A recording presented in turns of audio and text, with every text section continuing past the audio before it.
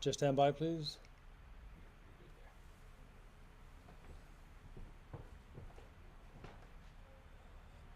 And you're live, Mr. Chair. Go ahead, please. Call to order. Declarations of conflict of interest. None. Any apprehensions of bias? Attitudinal bias, perception of bias? None. Probably me. Approval of agenda. Moved. Second? Mr. Rivard. Approval of minutes.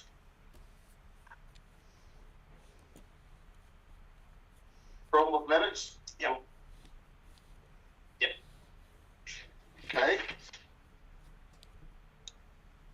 Any business arising from the minutes? No. Not for me.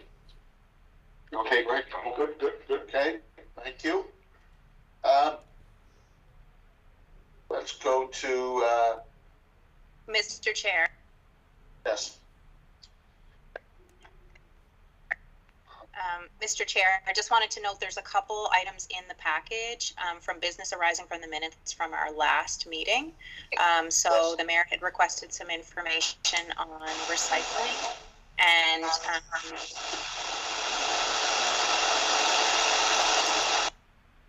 the chair had requested some information on potential community garden sites. So those have both been added to the package, just so folks can look at in advance of the meeting. Let's go to item A, recycling information and package. Here. You want to carry that, Ramona? Yeah, I don't know if we need to go through it so much. We do have a pretty big agenda. I just wanted to make sure that that information was there for those that had requested it. And if there's any follow-up questions, we could potentially do that offline afterwards, but that's up to you, Mr. Chair. Okay, no? Mr. Chair? Yeah, go ahead. Ramona, I see that Jessica prepared the backgrounder. Yes. Okay, so Jessica, is she online with us? She was going to be here today, but she does have COVID hit her husband, and she's got two littles at home sick, so she wasn't able to attend today. Could I just, Mr. Chair, if I could just look this over and bring it up at the next meeting, please? Yeah, that's fine. Thank you. Thank you. Thank you. Okay, so that's,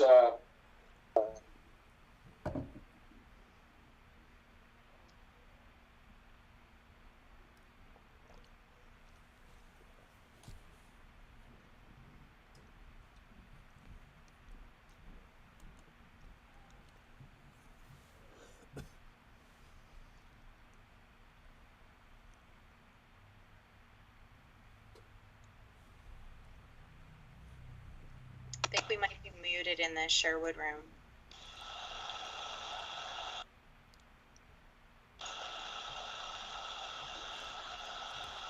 Can you unmute the room, Mr. People Mayor? have their mics on. Okay. Mr. Chair, go ahead. so, okay, you see a copy of the map in front of you? Everyone okay? Yeah. Could I just ask? Go ahead. Again, I think, who was this prepared by, Ramona? Jessica? The map was just prepared by Jessica Corkingorl. It's the map that we used for the program for last year. We identified those areas where we wanted to see community gardens, and it's based on a number of criteria. So this is what we used when we sent out a call to the community for folks who might want to do community gardens, that we would be looking for potential volunteers in these specific locations. Could I ask, Mr. Chair, if we could get the digital copy is not very clear. If Jessica Workham-Gorell could provide it. Sure, we could just maybe send you a link to where it is on the website, because it provides this as one of the items. Jessica, did you get that okay? Do you mind sending out a link to folks? Yeah, no problem. I can send the link out. It's pretty clear on the website. Great. And that includes the criteria too, correct, Jessica? Yeah, so basically to come up with those areas we selected, so I worked with Tyler, our our former GIS technician, I guess, to outline areas of the city with the highest density living. And then we looked at areas of the city that didn't have existing food growing programs. So that's how it was selected. And then the idea is that as people come forward, we would go through a site selection process with them in Parks and Rec to drill down specific parkland opportunities. But we have a form and guidelines and criteria and those maps all on the website. Thank you, Mr. Chair. Okay, thank you, Jessica. That's great. All right, now let's get into our reports and discussions. Item 6, item A, sustainable procurement. Katrina? Yes, thank you, Mr. Chair. I'll give a bit of background on this, but then I'll also invite Tina or Ramona to jump in if they see fit to add anything else or to participate in the discussion. So this report is to let you know, in part, that we've received funding from FCM towards a project around sustainable procurement. So this was a project that we talked about back in December of, or I guess it would have been winter sometime of 2021, and we just found out that we received the funding in December. If you'll remember, we joined the Canadian Collaboration for Sustainable Procurement a year or so ago, which has allowed finance and sustainability to work together towards implementing sustainable procurement practices. And to that end, we put forward this application to FCM in partnership with the town of Stratford. So you may remember too us discussing that sustainable procurement, it's a powerful way in which we can reduce greenhouse gas emissions, waste, and also promote various social benefits through the purchases that the city makes, but it also can have economic benefits as well. So the project is called Joint Municipal Sustainable Procurement, and it will involve the creation of a sustainable procurement policy as well as an associated action plan for both municipalities, so for Stratford and for Charlottetown. The action plans will be separate, but the benefit of coming together on the project is that we'll be able to share knowledge and kind of avoid duplication of efforts. So along with that action plan, there'll also be what we're calling kind of early implementation steps. So things like spend analyses, looking at our high impact sustainable procurement opportunities, as well as looking at a monitoring and reporting system and KPIs, and some tools and training as well. And then alongside that, so we'll be hiring a consultant for the project, and alongside that there'll be examination of budgetary impacts as well, and how they can be partially or fully offset by sustainability benefits. And committee and council will have an opportunity to receive updates on that information and provide input as we go forward. So the reason that we're coming as well today is to recommend that we enter into a joint procurement process with Stratford to procure the consultant for the project. I'm sorry, I forgot to mention too, I'll also note that for the City of Charlottetown, the initiative is part of a larger initiative around procurement that will involve a revamping of the whole procurement process. So this will be done internally by finance staff, but it will be informed by the sustainable procurement work that's ongoing to ensure that sustainability is integrated into the entire procurement system. And so back to just sort of our recommendation, which would be to enter into this joint procurement with Stratford and an agreement with them that outlines the expectations and responsibilities of each organization, following which we would issue an RFP. And I see, Councillor Bernard, that you have a question. I do. I'm just wondering, is it been costed out on what would the operational budget look like if we went down this road? What's the cost of the city? Do you mean in the long term or this particular initiative? No, the long term. Yeah. So it's difficult to say. I think that sustainable procurement can mean a lot of different things. So part of this process will look at how we approach that. I do know that the consulting firm, at least that we've worked with up until this point with the Canadian Collaboration for Sustainable Procurement, they've done a lot of work on this topic, and there are a lot of potential for costs to be reduced actually in the long run. So when you take things like total cost of ownership or life cycle costing into account, there might be higher upfront costs, but in the long term of the purchase, the cost would be lower, but it would be dependent on a given purchase, and we would have the opportunity to weigh that out before making any given purchase. So is there any overall operational budget impact? Do we have a projection of what it might be? We don't, but I didn't have the sound when you started. I just got my sound here. Oh, so okay. You may have touched on this already. I'm not sure. I think it's hard to estimate that in the long run. At this point, we hope that the budgetary considerations will be able to be examined, at least to some extent, through the work that will be done to create the action plan by the consultant. But the reason that it's difficult to assess is just that it's dependent on the given procurement that we're undertaking. But we would have the opportunity with each one to look at what the budgetary implications would be, and have an opportunity to sort of weigh those cost benefits of whether we go the sustainable route on a given purchase or whether we have to go a different way because of costs. But there's often a strong economic case to be made for sustainable procurement, as well as the environmental and social considerations too. Okay, so I'm assuming that that'll get flushed out before we decide whether we're going to go down this road or not. We'll have a good idea what the costs are going to be. I'd hate to go into it blindly and then get hit, with a 25% increase or whatever. Right. So, I mean, this project, through the action plan, it will be more about the strategies we use. So, for example, giving us a strategy to implement total cost of ownership analysis or life cycle costing. And so that would be more something that we do in the process of our procurements that would allow us to take these things into consideration, but would, for each purchase, allow us to make that decision from an economic perspective as well as all the others. So it wouldn't be committing us to spending any more money. It's more about how we approach it and giving us the opportunity to also consider social and environmental factors alongside those economic decisions. Okay. Thank you. Okay, what's next? Mr. Chair, go ahead. Katrina, thank you for your report. It's always well flushed out. Katrina, I note that we are always working with Stratford, which is a super way of collaborating with our sister communities. Did we reach out to Cornwall on this initiative? And the reason I mention that, Katrina, because the capital region has been trying to do a lot of regional or shared services, shared projects. Could you just provide any background? Did we reach out to Cornwall and they said a flat no?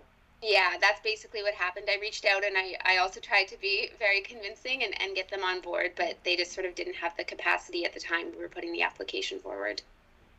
Yeah, so I think that for the next capital region mayor's meeting, I'd like to get some of the efforts that you made to encourage Cornwall to be part of some of these joint projects as a capital region, that I could say, look, it's a good opportunity for all three municipalities in the capital region to be working together, because collectively we're 66,000 or 70,000 in population, which gives us a little more flexibility and because we're talking about procurement policy, gives us more opportunity to flex, a greater number instead of 2/3 of the number. Yeah. So, okay, so I will follow up sometime with you before we do have a future meeting with the other mayors. Thank you. Thank you, Shane, as part of the course, very in-depth synopsis in your report and your recommendation. I do have a question for whether it's Mr. Kelly or for Tina, closer to home.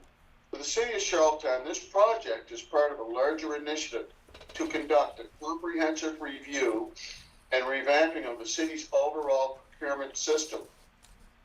This overarching work will be carried out concurrently by city finance staff and will involve the creation of a procurement bylaw, which is required by the MGA. My question to senior management is this: have we been operating for the last 4 years not following the guidelines or what's outlined in the MGA and not having a procurement bylaw? So, Chair, we do have a procurement bylaw. What's being suggested here is that as we move forward to refine our current, in cooperation with Stratford, to come up with a sustainable approach, which may mean, as Councillor Bernard said, going down a road to change what we buy, and on what basis do we acquire those assets, and how that factors into our overall sustainability plan. So it will change depending upon where council wishes to go in the long term. But we have a current policy now, or procurement program, but it will change depending where council wants to go. Okay, so just to follow up, so we currently do not have a bylaw, a procurement bylaw. Is that correct? We have a procurement policy, Mr. Chair. Policy, but we don't have a bylaw. So the bylaw will be much more comprehensive in terms of whether it's, dealing with this particular issue, this project that Katrina's working on, in collaboration with the town of Stratford. I'm talking with city government, Mr. Kelly. So the new bylaw will be much more comprehensive in terms of requests for proposals or tendering process, so that regardless of what services we seek, it's open, it's transparent, and that all members of a particular industry will have the opportunity to bid. For example, the enterprise PEI one. So bylaw would make sure that all members of the industry would have an opportunity to make a submission. Is that correct? As they do now, Mr. Chair, it would have a sustainability lens. If that is where council wants to go, that will be a high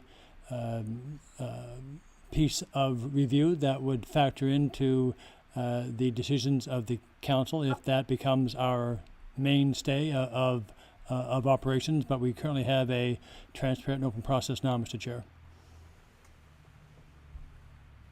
Okay, well, I'm going to follow up on that, but Kate, I want to thank you for the work that you do. This is another great initiative, and I see that we're continuing to work with the town of Stratford, and I think that's tremendous. So please keep up the great work, and there's no further questions. We'll move on to our next agenda item. Thank you, Katrina. Okay. Do we need a motion, to forward? Ramona? Councilor Rivera, second by the mayor. Yep. Motion carried. Great. Oh. And Tina, were you looking to weigh in on that, or are you okay if we move to the next item? I'm fine. I was just going to respond to Councillor Tweel, but the CAO did so. So unless he would like me to add anything, good to go. Yeah. From a comprehensive perspective, Tina, can you add anything that Mr. Kelly, add to what Mr. Kelly said? I'm certainly looking forward to a very comprehensive procurement bylaw, so that it clearly states that, the city of Charlottetown is truly open for business, and that regardless of what program or what initiative we pursue, what services we require, it spells it out black and white, and it's not evasive, it's not ambiguous, it's pretty straightforward. I'm very interested in that, Tina. To the chair and the rest of the committee, yes, the intention is to do an absolute overhaul of our procurement process and to create a comprehensive procurement bylaw and related policies and procedures that flow from that.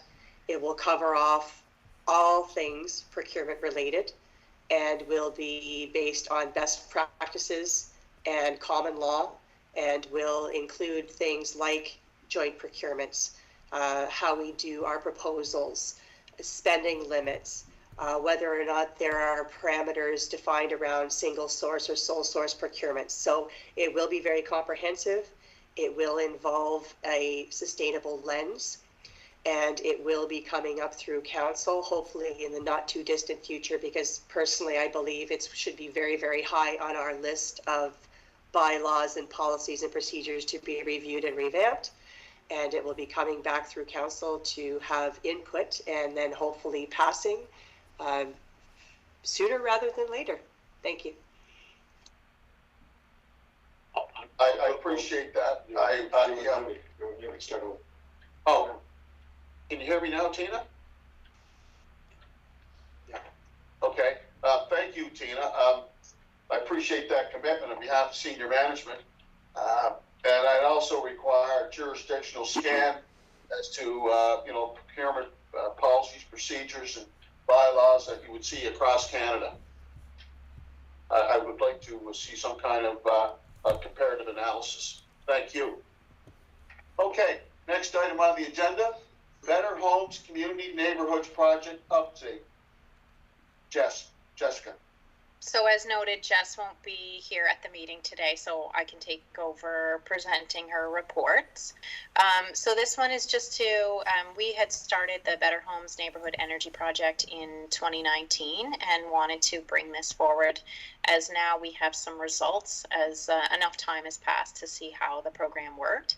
So just a reminder, this was a program where we selected an area of Charlottetown, and we had 41 spaces available for homeowners that wanted to participate in sort of a wraparound program for energy efficiency. So we worked closely with Efficiency PEI on this, and the homeowners in this project received a free energy audit. They received one-on-one consultation with an energy consultant on the results of their audit, so really help with like the planning of what they would like to proceed with.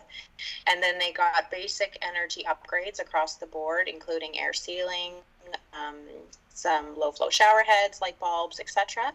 And then we did also some sort of community engagement with this group too. So getting them to meet their neighbors. We also did the parade at the end where we went around and thanked them all for participating, if you remember. And in return for that, they provided us with pre and post survey feedback on their energy knowledge, and they also allowed us to collect their energy data before and after to see how it compared. So we really had a fairly low cost on this. Efficiency PEI was a great partner in that they helped us with the consultations and the air sealing program. So our cost for the 40 homes was just under $5,000, and that went towards the free audits. For the rest was sort of covered through Efficiency PEI funding. So some great things happened as a result of this. We're able to reflect on that again because we've had a couple years since they completed it. We wanted to let people have enough time to go through the auditing process, to get their upgrades, and then to see how their energy performance changed as a result of the program. So just a couple of highlights on page 2 of the project results is that homeowners that participated in this program were 2 times more likely to move into the next steps of getting rebates for their homes, getting those energy efficiency programs like happening in their home. One thing that we found that was really important for us and for Efficiency PEI is that folks that participated in this program were 4 times more likely to pick home insulation rebates. A lot of times people want to do heat pumps and they want to do solar, which is wonderful, but if your home isn't already energy efficient, then it's kind of like doing step 3 before doing step 1. So we always want to see people take advantage of those home insulation rebates. And I think what happened was with that one-on-one consultation, they were really getting that kind of coaching from the energy consultant to say, do your insulation rebates first and then move on to other projects. So 4 times more likely when it comes to that. We also were able to increase their level of energy efficiency knowledge, and there's a few other highlights there in terms of their reducing costs, especially on the oil side. So as a result, we kind of already had a sense early on that we were going to see positive results from the program. So we did initiate another round of the project that started in the fall of 2021. That's a smaller cohort, but we will be doing it. So there's 22 homes and it's in the 500 lot area of the downtown. We're testing out a couple of heritage buildings in this, as well as a couple of multi-unit residential buildings to see how the program performs in that way. And then our overall recommendation on this is to continue to partner with Efficiency PEI on and try this out in different neighborhoods and continue to share those project results. Federation of Canadian Municipalities has shown quite a lot of interest, and there's other municipalities that would like to do a similar program. So that's kind of my report on that, if there's any questions. Go ahead, Councillor. Thank you, Ramona. Once again, very in-depth report. You talked about the, the insulation. Let me ask you this: if you're looking at a list of priorities and the order of what you would prioritize in terms of, making your house much more energy efficient, what would come first, replacement of windows or the insulation?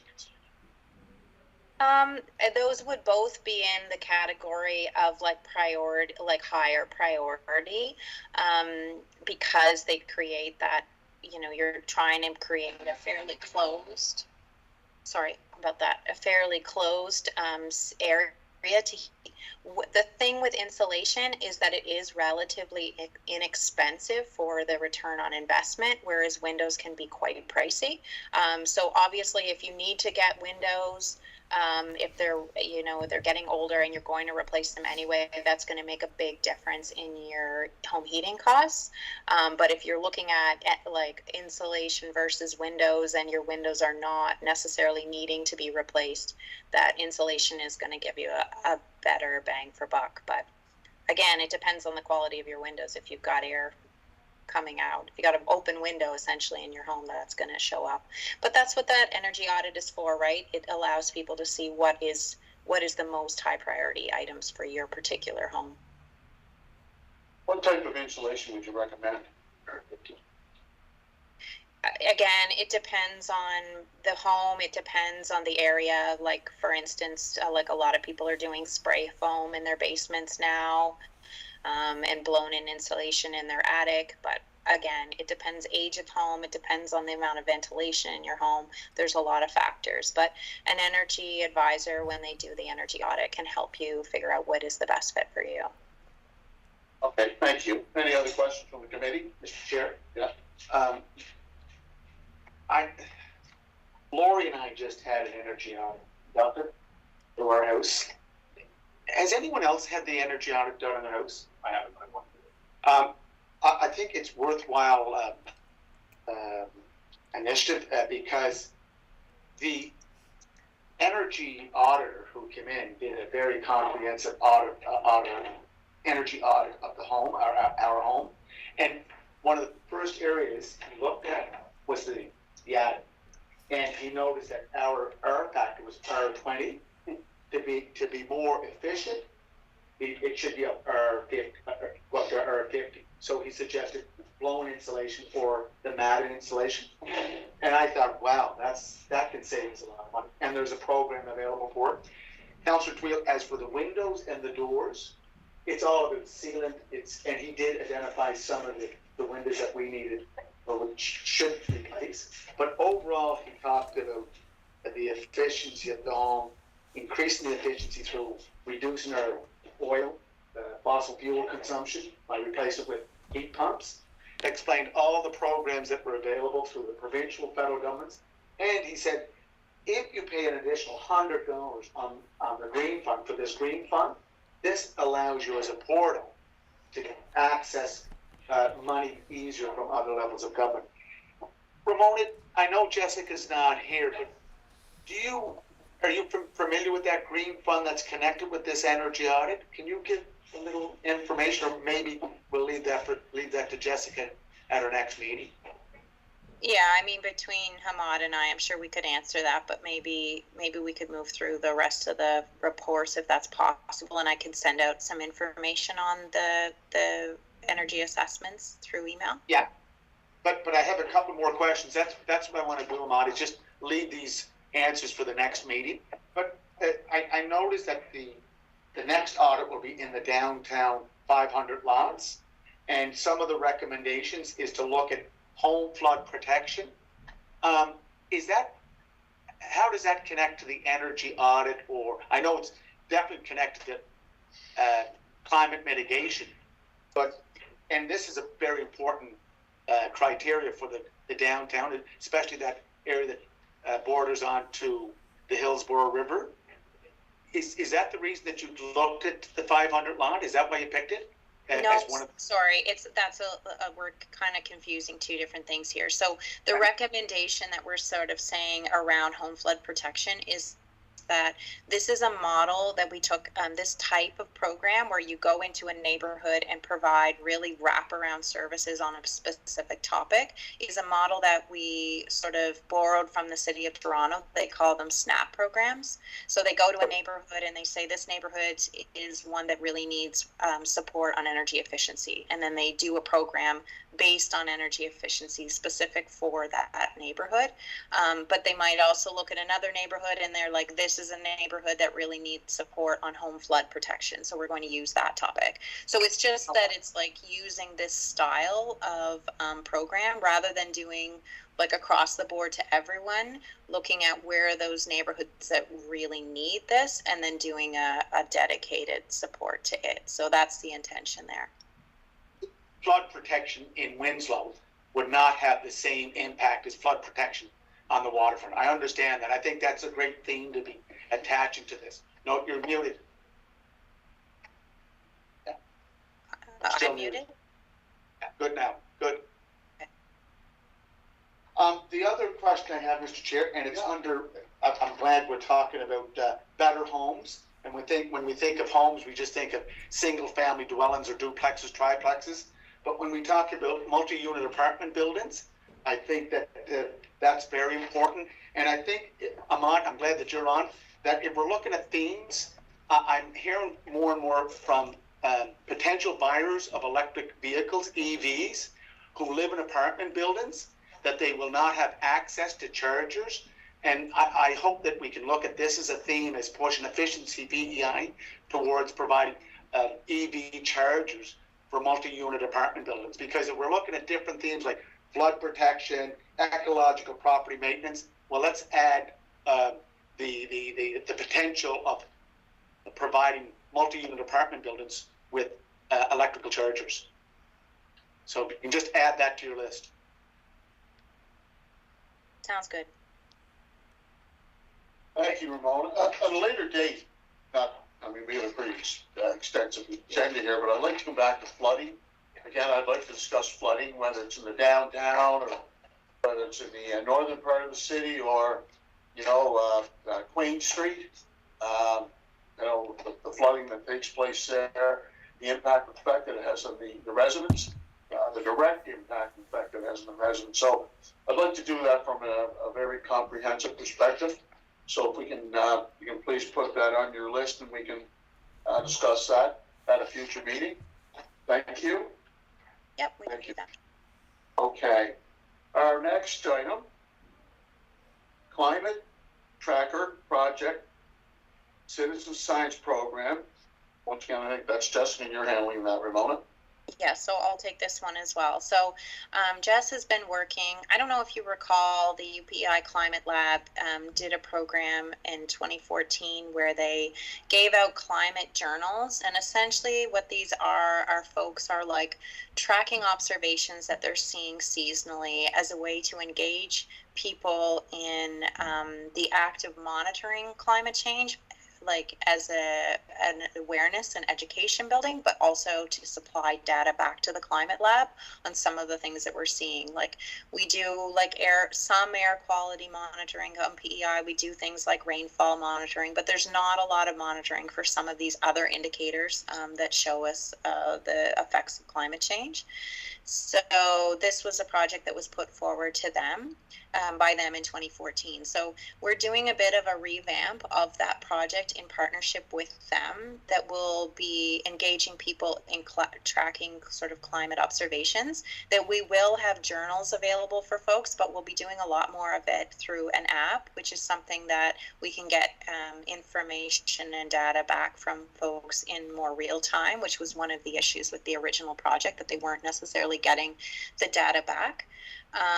It will also include a few workshops on like observing changes in nature, the impacts of climate change, just sort of an education and awareness on this, as well as a data collection project. So this was included in our budget for the operational budget for this year as one of our projects that we were doing.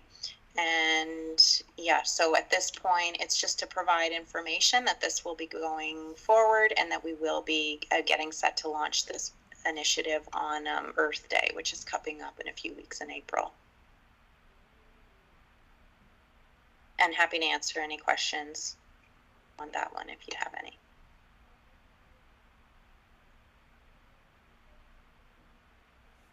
Oh, I think you're muted, Your Worship. Wait. Thank you, Ramona. Is this initiative, is this driven by the engineering department at the university, or is this another department, could be environment, I'm not sure. UBI. So it came initially from us, Mr. Chair. We've been doing some like webinars and like other sessions this winter on ways to engage your community and educate around climate change, and something like this came up as an examples of how you can, use citizen science as a way to engage your residents in climate change impacts. So Jess had reached out to the UPEI Climate Lab, and they started sort of brainstorming opportunities, and then this was the what came out of that. But it's led by the City of Charlottetown in partnership with the UPEI Climate Lab. Okay. Any questions for Ramona? Yeah, it says, and also Ramona, it says in partnership with the town of Stratford and the UPEI Climate Lab. Yeah. Yes, so exactly. Sorry, that I forgot that to mention that Stratford is doing it with us as well. And again, we always do reach out to Stratford and Cornwall, just so you know. Sometimes Cornwall is very interested, but sometimes they don't necessarily have the capacity. So they declined on this one as well to participate at this time. Well, I'll be bringing it up at future meetings with the capital region mayors. That's a good point. Thank you, Mr. Chair. All right. Thank you, Ramona. And our next agenda item, spring events updates. Jessica. Thank you, Mr. Chair. So this report is just to keep you updated on events and happenings that are being organized by our department. So in the report, we list a range of events, including Water School that's underway now with Stratford, an Earth Day planting with Colonel Gray Environment Club, an Earth Day film screening, our annual Arbor Day celebration with the Mayor's Office, our annual Business Tree Challenge with local businesses, Climate Trackers workshops, which Ramona touched on, gardening in small spaces workshops for youth, our bike week that we host every year. We're supporting Fusion Charlottetown in a cleanup around Earth Day and a planting. We will do our usual nature education in Victoria Park for groups and kids all summer long. And one new initiative I'll point out that our department is looking to implement is in partnership with Parks and Rec. So this would be working on gardening workshops and programming with the Parks and Rec camps. So getting some raised beds and engaging them in learning to grow food and care for plants and harvest food and prepare food. So that's proposed to go forward this summer as well. That's basically the report.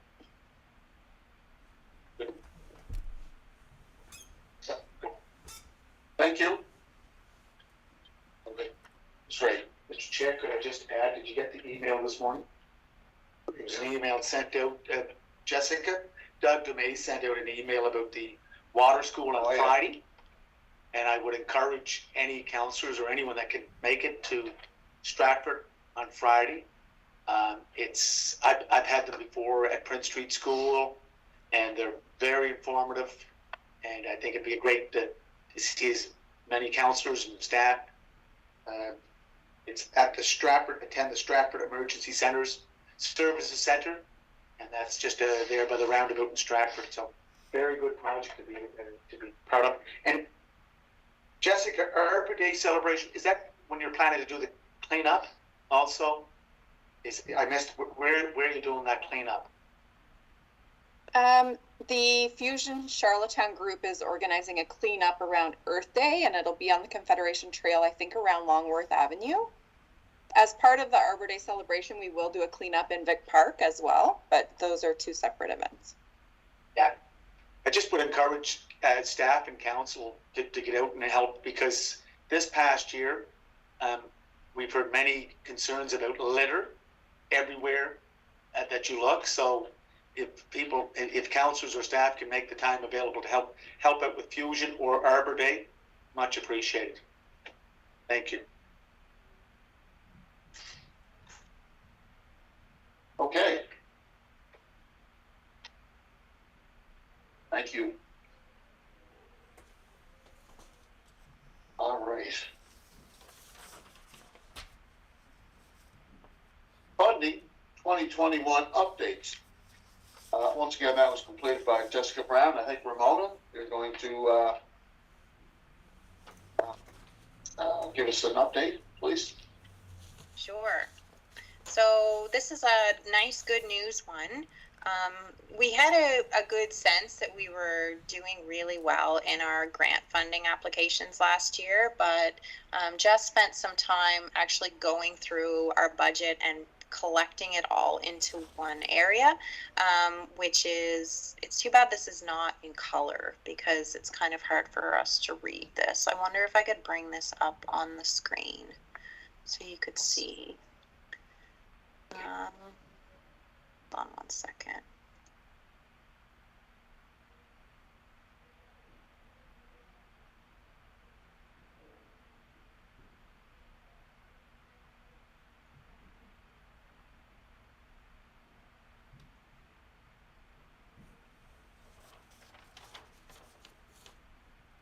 All right, I'm going to share my screen here if that's okay with you folks.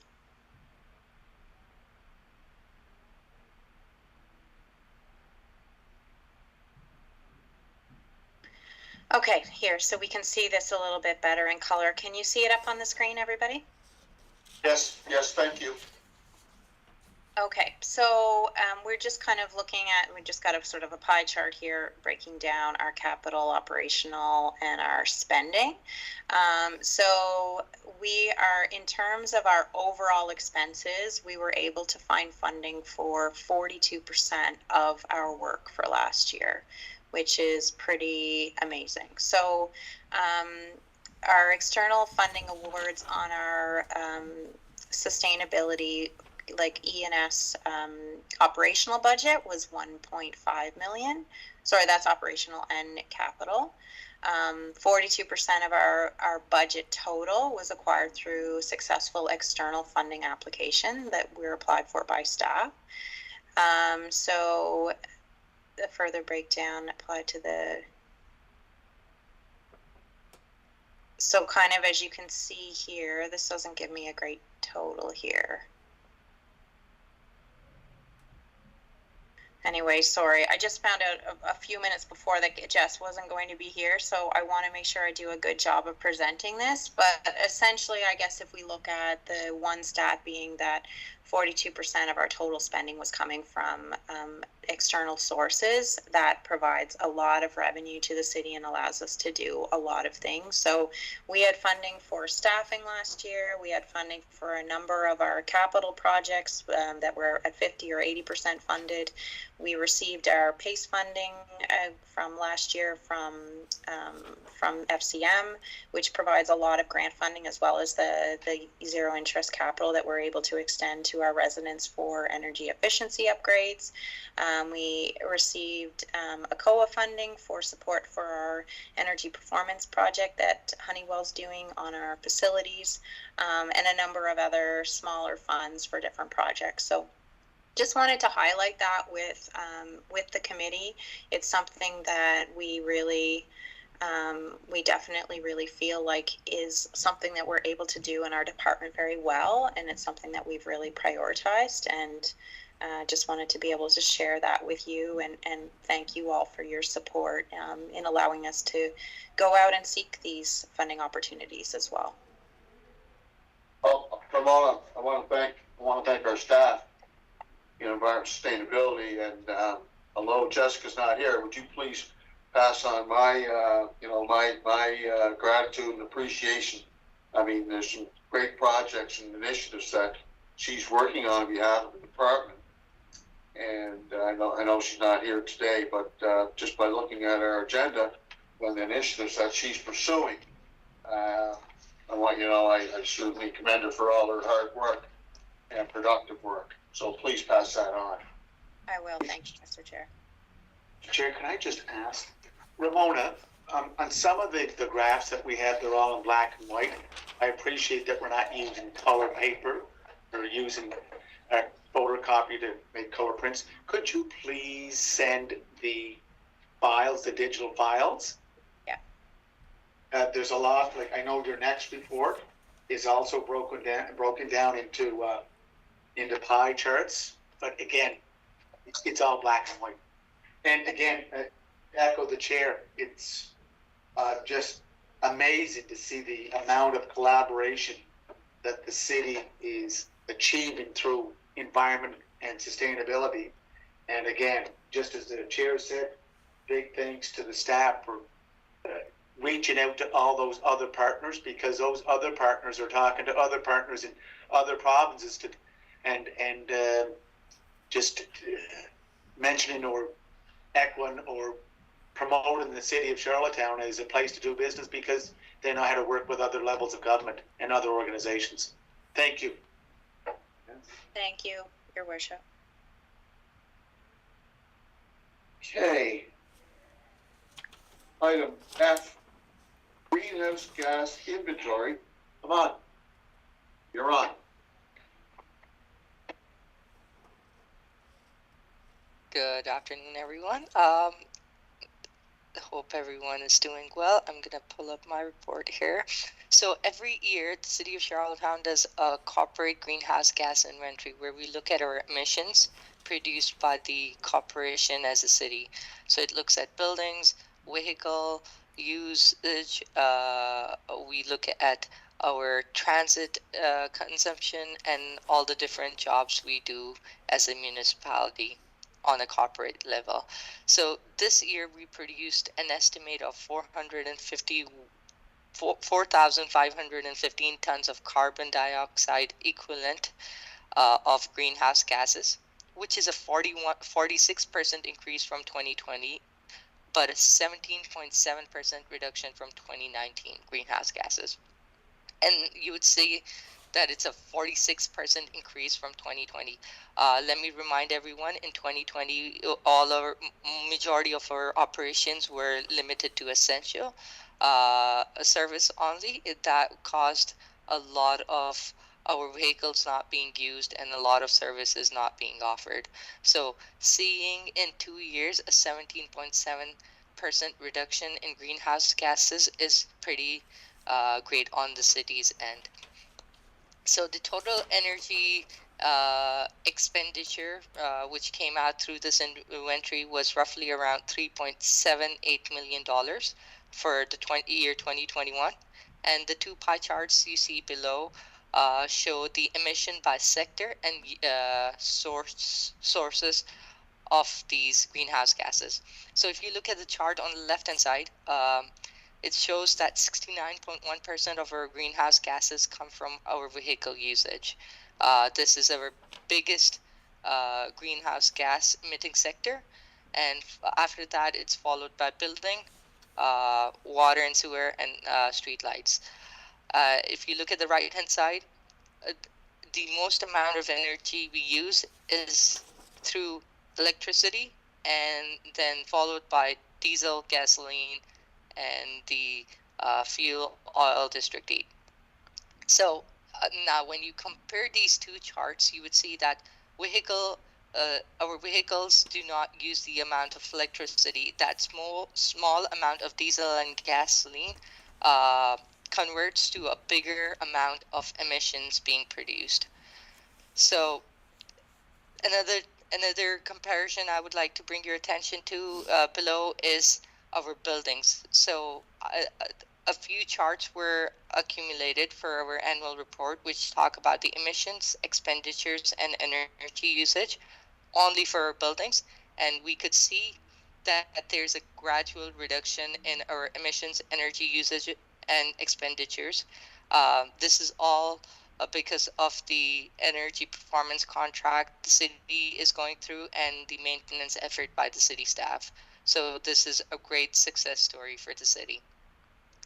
That being said, we are on track to meet our community energy plan targets of being net zero by 2050 and greenhouse reduction in municipal operations by 40% by 2030 relative to 2015.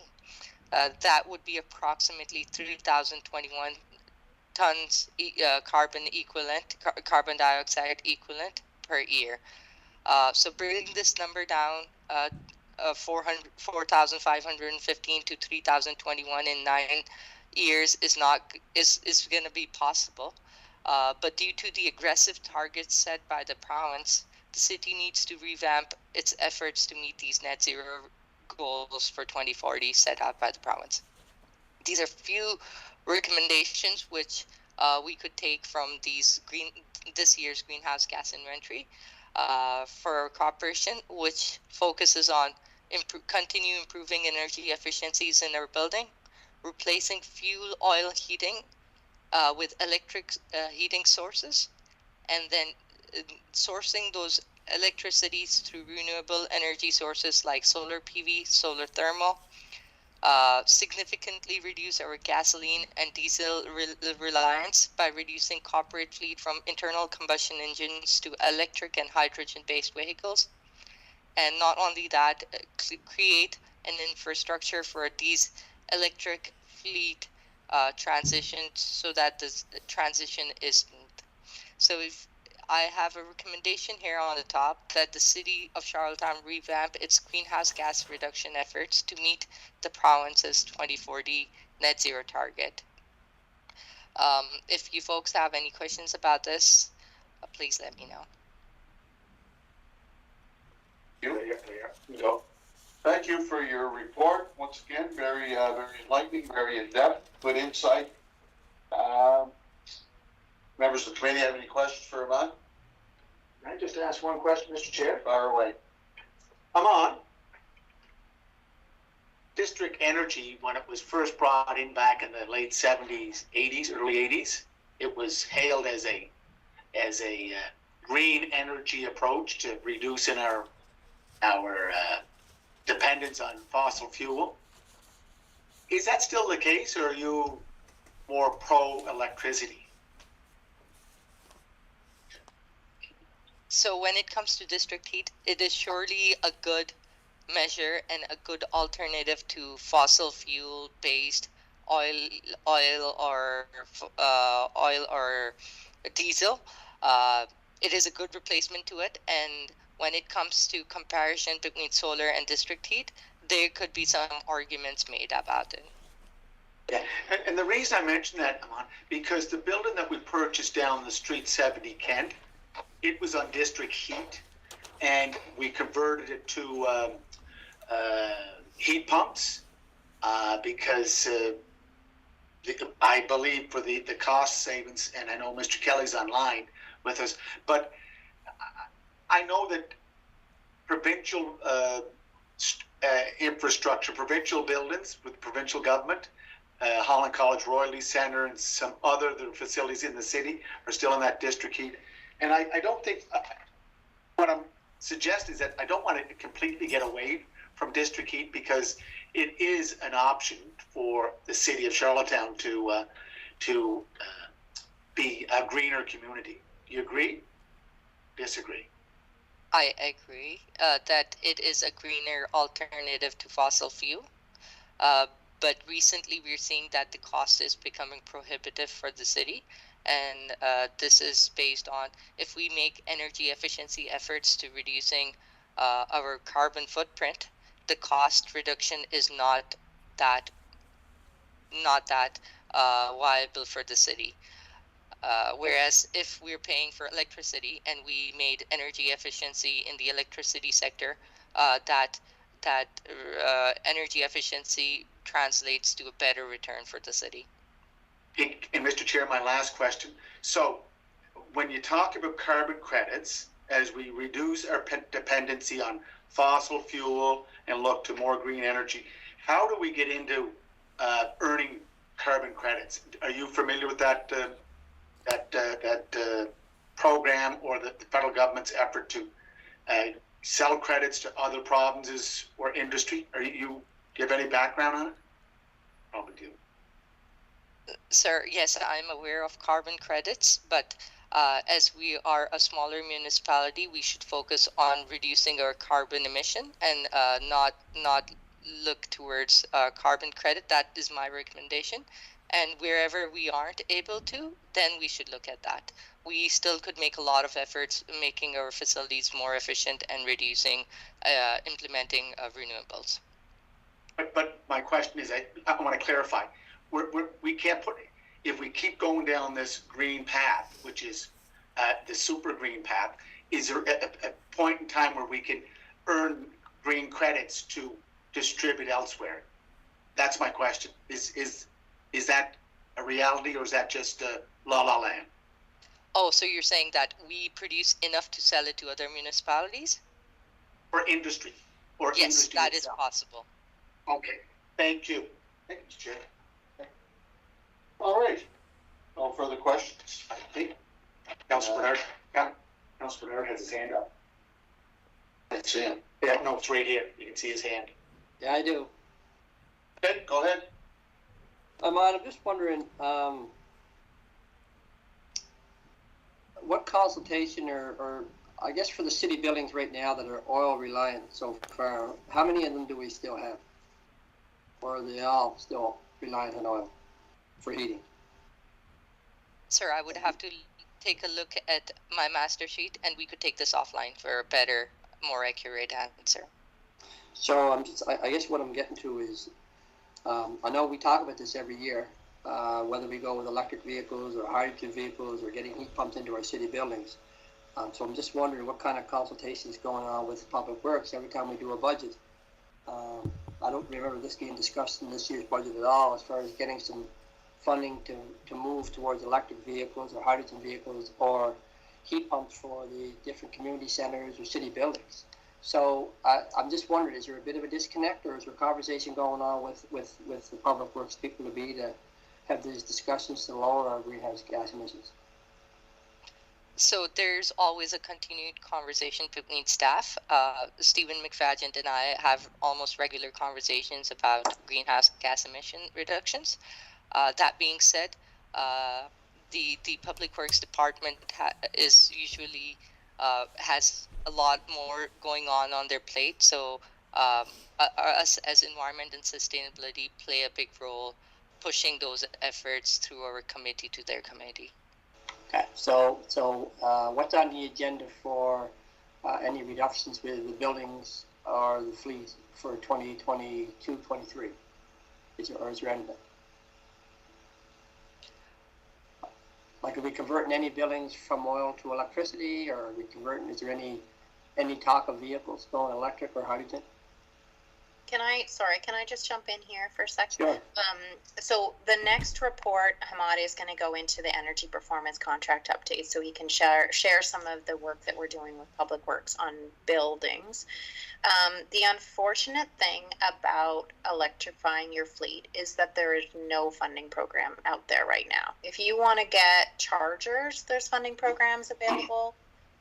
But there's nothing in terms of, like, there is for the electric buses, and that's a project that I'm working on too, right? Is that to look to shift our transit fleet to that. But there's not, like, NRCan doesn't have funding programs where they will support you in purchasing. So the city would have to go and either, like, I don't know what funding programs we use for fleet purchase, if like gas tax covers that sort of thing, but essentially we would have to go out of pocket for that. And there's not a lot of great supply for like the electric Ford F-150 sort of thing. Like when that becomes like readily available, that's going to make a difference. I know I saw a story recently of like the one of the police fleets in Nova Scotia, I think, where they had switched to a few electric police cruisers, but it's still hard to do transition in fleet. So I think at the moment, like, our focus on buildings is like what we can do. I think the AVL and the Go fleet does make a big difference and has made a big difference in our emissions in the transportation sector, but there's still lots of work that needs to be done on the fleet side for sure. So when you say there's no funding, so is municipalities not eligible when you buy a new fleet to get the $10,000 off plus the free charger? They are, Hamad, but there's a cap to it. Hey, Hamad, like it's only a certain number of vehicles. Like it's not really intended for fleet. No, but I'm just trying to get us started. Like, you know. Yeah, absolutely. We have a couple of electric cars in the back parking lot, and that's it. Like Public Works doesn't have anything, I don't believe. Anything. No, I'm just trying to get a sense of, you know, we talk about it, but is there any action items moving on the buildings, or is there any action or any plans for one vehicle for Public Works? Or that's where I'm most curious. And if not, maybe that's a conversation we have to have. Yeah. And this is one of my conversations I have every year before the budget with Public Works. I guess. And I'm not blaming you or anything there, man. I'm just asking the question. It's not your fault. I'm just asking the question, so don't take it the wrong way. So Ramona, to answer your question, I think it's 3 to 5 vehicles are allowed provincially every year for a business to get that rebate on. Okay, so that's a start. So I mean, that's something that probably should be talked about in Public Works. I mean, even if we got one this year and one next year, it's just a start. It's still really hard on the payback, right? It's still like if you get funding, like if you think about the amount of funding that we're going to get for the electric buses, it's going to really help us on any payback.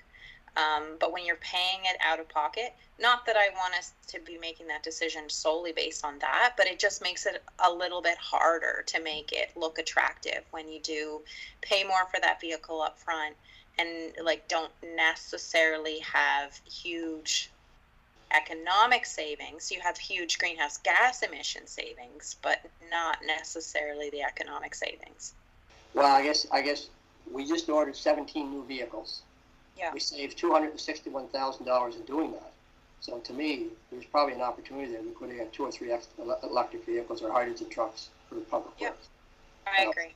That's just the type of conversation I would think that, you know, if we're missing, then maybe we need to get a little more communication in that. So on the other side of that, I'm just wondering, are we making any headway in some of the buildings that still rely on oil? Because I'm pretty sure, I'm looking at Hillsborough Community Center, and I'm pretty sure, I don't even think it has a heat pump. I think it's still pounding in the oil there, and it goes through a lot of it. Yeah, so let's, like, the next report is on where we're at on all the facilities, so maybe we can move into that one, and then we can get into the community centers. Okay, sure thing. Thanks. Thanks, Councillor Bernard. Okay. Thank you. So last just looking for like a motion, there is a recommendation here that the city of Charlottetown continue to revamp its GHG reduction efforts to meet the province's 2040 net zero target. So what that means at this point is just like looking close at our community energy plan, seeing where we need to pivot, looking closer at our emissions, and like that would be, and we will need to update our community energy plan in the next year probably. So that's just in preparation of that. So if you're in support of that, it'd be great to get a mover and seconder. Good. Board Ahmad. Motion carried. Thank you. Thank you. Okay. Our last item for the open session is energy performance contract update. Ahmad? Thank you, Mr. Chair. So this part of the report focuses more towards the buildings. So the energy performance contract was signed back in April 2021, and it's been a few months since. And I'm going to give you an update based on different measures and where we stand so far. So when it comes to lighting, Cody Banks J. Blanchard is 100% complete with lighting retrofit. So that means LED lights were put in wherever there were incandescent or fluorescent light present. Fire Hall, Police Station, Hillsborough Community Center are up to 98% complete. There are a few miscellaneous lighting materials from suppliers which are pending. These are smaller bulbs which were like specialty bulbs and stuff like that. When it comes to Eastlink Center, 97% of the lighting work has been complete. This includes the FSS lighting. This was the NHL standard lighting. These fixtures are installed and operational, but just for white light as of now. The color, lighting, and sound integration is in the design phase. When it comes to Belline Center, 90% of the lighting work has been complete, and the aquatic center lights are to be delivered and installed. I just heard from the suppliers about the aquatic lights this morning that they are facing some delays with regards to the delivery of the product due to economic conditions in the world. So building envelope. Coming to building envelope, city-owned facilities are between 95 to 99% done with building envelope. So that's the tightness of the building, how tight the windows are. There are some locations like City Hall and City Works Garage which need a little bit of more attention. And city staff, including Stephen McFadden and myself, are on top of it with the subcontractors. Cody Banks Arena needs to get their spray foam on their brine headers to better retain the cooling. So we're waiting for the ice to be completely removed from the ice rink, and then we're going to go in and put the spray foam in. Eastlink Center is 100% done with the building envelope work there. Belline Center is 97% done. The remaining 3% at Belline Center should be done when the city works and City Hall facilities are being done. So what ended up happening at Belline Center, there were a few miscellaneous stores which were missed, which need to be tightened up. When we come to the HVAC part, that is the heating and cooling part of the buildings. City Works, City Hall, Fire Station is in construction phase where major equipment has been ordered. So as you see on the first floor of City Hall, even today there's a little bit of VAV work happening. And next up, we're going to be going into Fire Hall and then City Works. The main components have not been delivered, and to date, what I've heard is the products are on time. But I do anticipate with what's going on, there might be a few weeks of delay. Eastlink Center HVAC work is the design stage is complete, and they are in the tender phase. When it comes to West Royalty Communities Center, the service upgrade out there, Electrical service upgrade is 80% done. The conduit from the new meter has been put in, and the solar PV system material is being waited to be delivered right now. Transformers and power quality measures. Cody Banks Arena and Eastlink Center are waiting for equipment delivery. I think the equipment for this is coming from New Brunswick, and Belline Center is in the design phase for the transformer replacement. There were a few extra transformers which were at Belline Center, which need to be studied. That's what was happening there. So control system, as this is a bigger part of the project, the software has been purchased, including the licensing and the interface. Servers are being purchased and waiting delivery. This is something the city is doing internally with the help of Rory. The HVAC automation parts for CityWorks, Fire Hall, and City Hall have been ordered. 75% of the material has been delivered already. The HVAC automation part for Eastlink Center is being designed at the moment. So I'll bring your attention back to the HVAC work at Eastlink Center. So the design for the heating and cooling system is ready, and it has been tendered. But when it comes to the controls part of it, it is still in the design phase. But that being said, all these measures are still on track to be completed in 18 months of the project start. So last but not least, funding updates. Since we last spoke about the energy performance contract, we were successful at getting the Atlantic Canada Opportunity Agency funding for Cody Banks Arena and West Royalty Community Center, valued at approximately 54,000 and 141,000. And city just recently heard about the FCM's Green Municipal Fund application we had applied for the capital project, that we were successful. That means we're going to receive approximately $2.6 million as a low interest loan for this project, and 15% of the amount would be a grant amount, which the city does not have to repay. That being said, if you folks have any questions about the energy performance contract or any of these measures, please let me know. Hamad, could you just speak to what Councillor Bernard brought up about a couple of the community centers? I know some things are in scope and some things are out of scope for the project.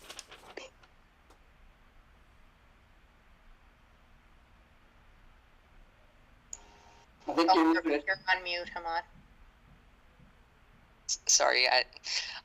So with regards to Hillsborough Community Center, on the top of my head, I know there was building envelope work which was done there, and as of now, we did not take a look at the oil replacement and putting heat pumps in the facility, and that is because we need to first target the facilities with more oil consumption, and the reason why I say that is that would be where we would see the most amount of greenhouse gas emission reduction and the cost savings, which makes the project more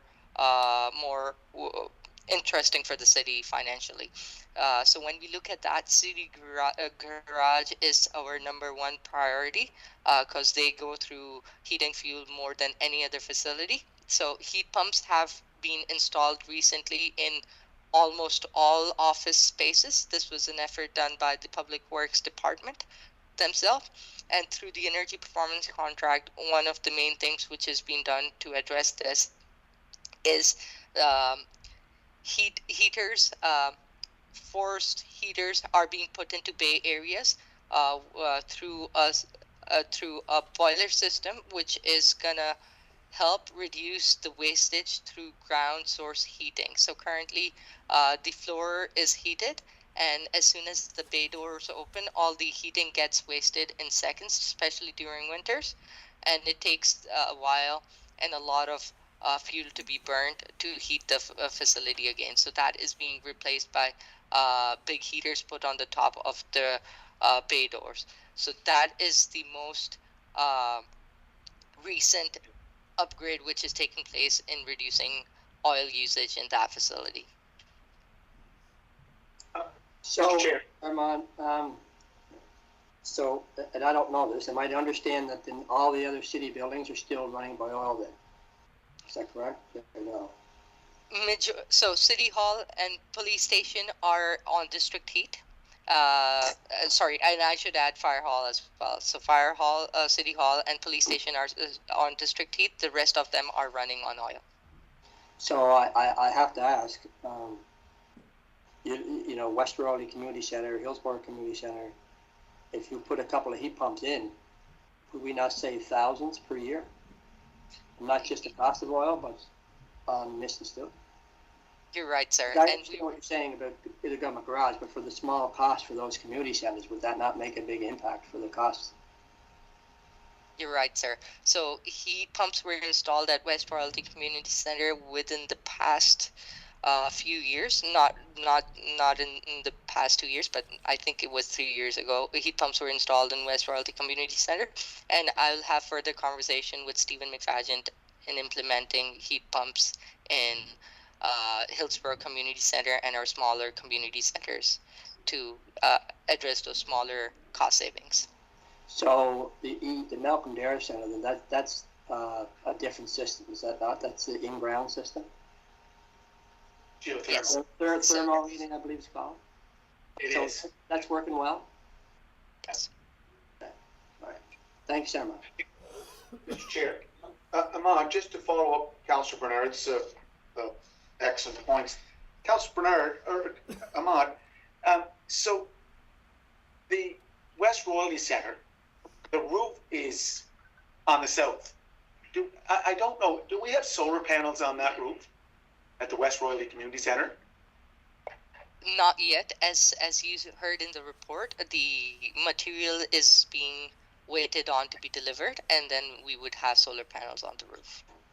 And that would, again, that would be part of offsetting the heat pump use because the heat pumps use electricity. Hillsborough Hall, I think the roof is also on the south side.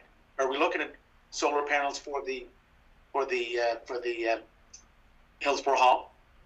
So the Hillsborough Hall was in the initial recommendation from Honeywell to add solar panels to, but somewhere down the road where we were selecting measures to keep our costs low, Hillsborough Hall was removed from it. But if we're looking at doing heat pumps, adding heat pumps to the energy needs of Hillsborough Hall, it would be a great solar panels with the heat pumps. And on the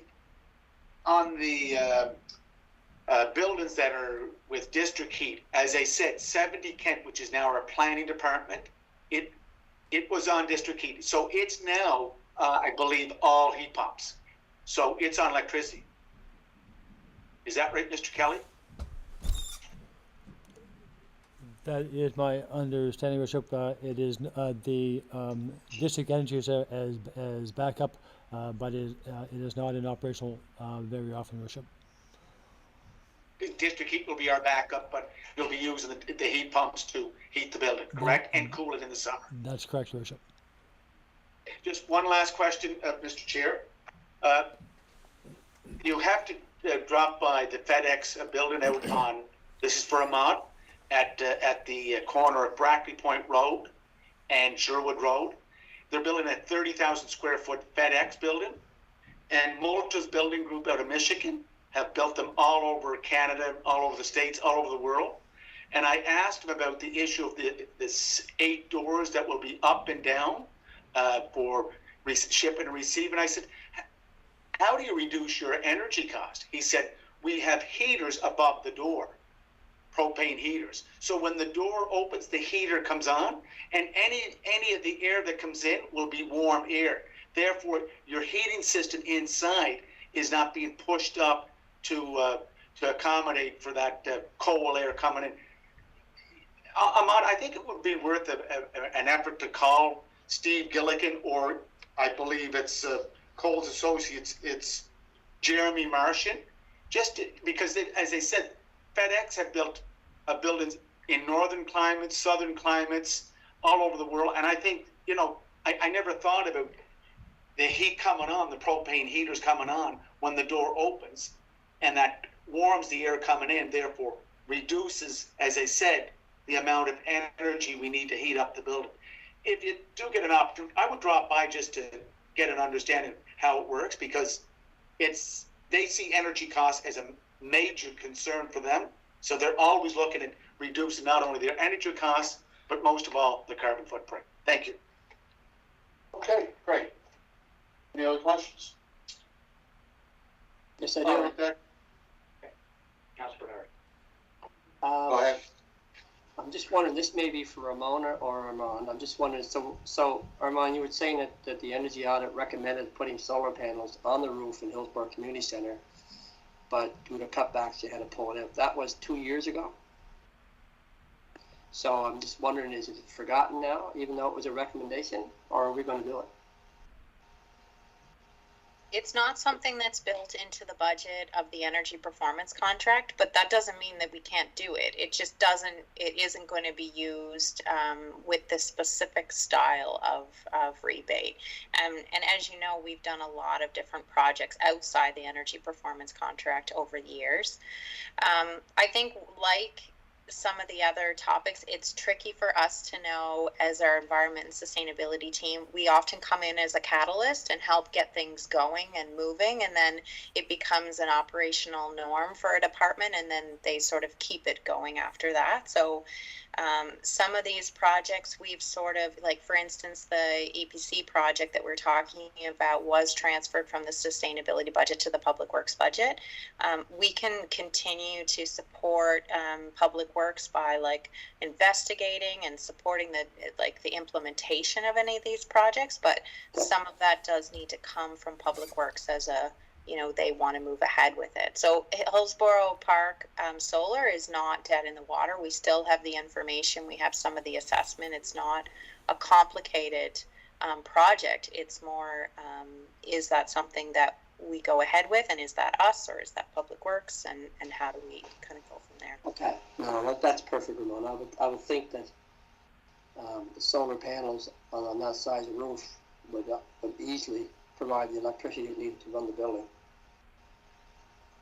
So yeah, no, it would be great to see that, and we definitely want. Again, we're talking about trying to get these like in insulation and building envelopes is really important for us as that base. But yeah. Absolutely, renewables is something we want to see more and more of. Perfect. Thanks a lot. Thanks, Councillor Bernard. Yeah. Thanks, everyone. Okay, thank you. Well, that concludes the open portion of the committee's meeting. So entertain a motion to conclude the meeting and move into a closed door session. Move. Mr. Chair, could I just make one? I have to leave. I have another appointment at 1 o'clock. I'm just wondering, Mr. Chair, could we postpone this to the next meeting? This close up, or is it? I have to go. Or is it, Ramona? Is it dire that we deal with it now? It's just going to be getting released really soon. I really only need 5 minutes. If people want to review on their own, I can just give you a quick overview of what we're doing. Okay. Go ahead, Ramona. I'll move into the closed session. Move second. Ramona, go ahead. No, they have to close it off first. Just stand by, please.